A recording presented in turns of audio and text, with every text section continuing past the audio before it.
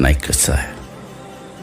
حضرت نظام الدین اولیاء رحمۃ اللہ علیہ اکثر ایک جملہ کہا کرتے تھے کہ ہم سے تو وہ دھوبی کا بیٹا ہی خوش نصیب نکلا، ہم سے تو اتنا بھی نہ ہو سکا، پھر گش کھا کر گر جاتے۔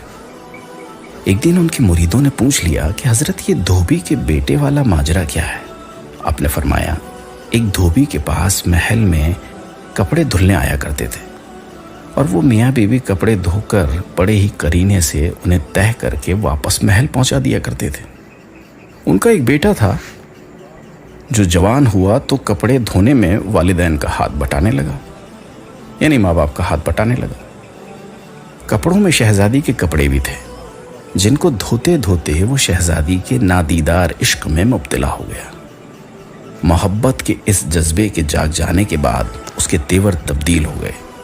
وہ شہزادی کے کپڑے الگ کرتا، انہیں بہت ہی خوبی کے ساتھ بہت ہی اچھی طرح سے دھوتا، انہیں بعد میں خاص نرالے انداز میں تہہ کر کے رکھتا۔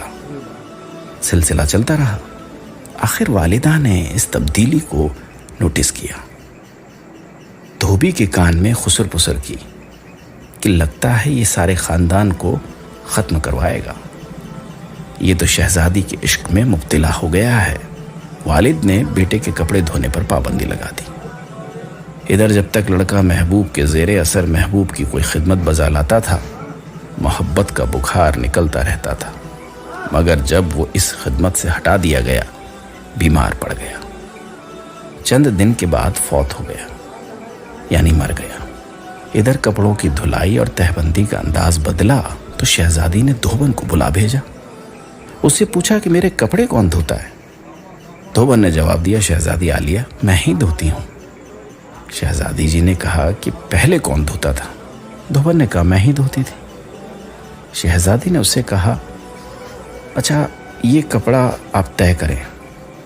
اب دھوبن سے ویسا طے نہیں ہو پایا تھا جیسا اس کا بیٹا کیا کرتا تھا۔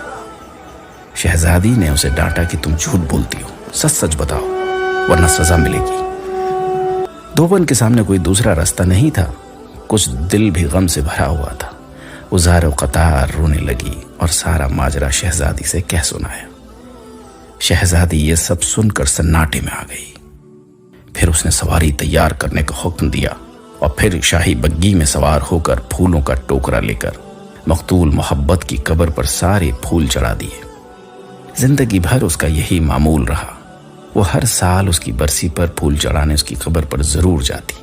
یہ بات سنانے کے بعد حضرت نظام الدین رحمۃ اللہ علیہ آگے فرماتے ہیں کہ اگر ایک انسان سے بن دیکھے محبت ہو سکتی ہے تو بھلا اللہ سے بن دیکھے محبت کیوں نہیں ہو سکتی؟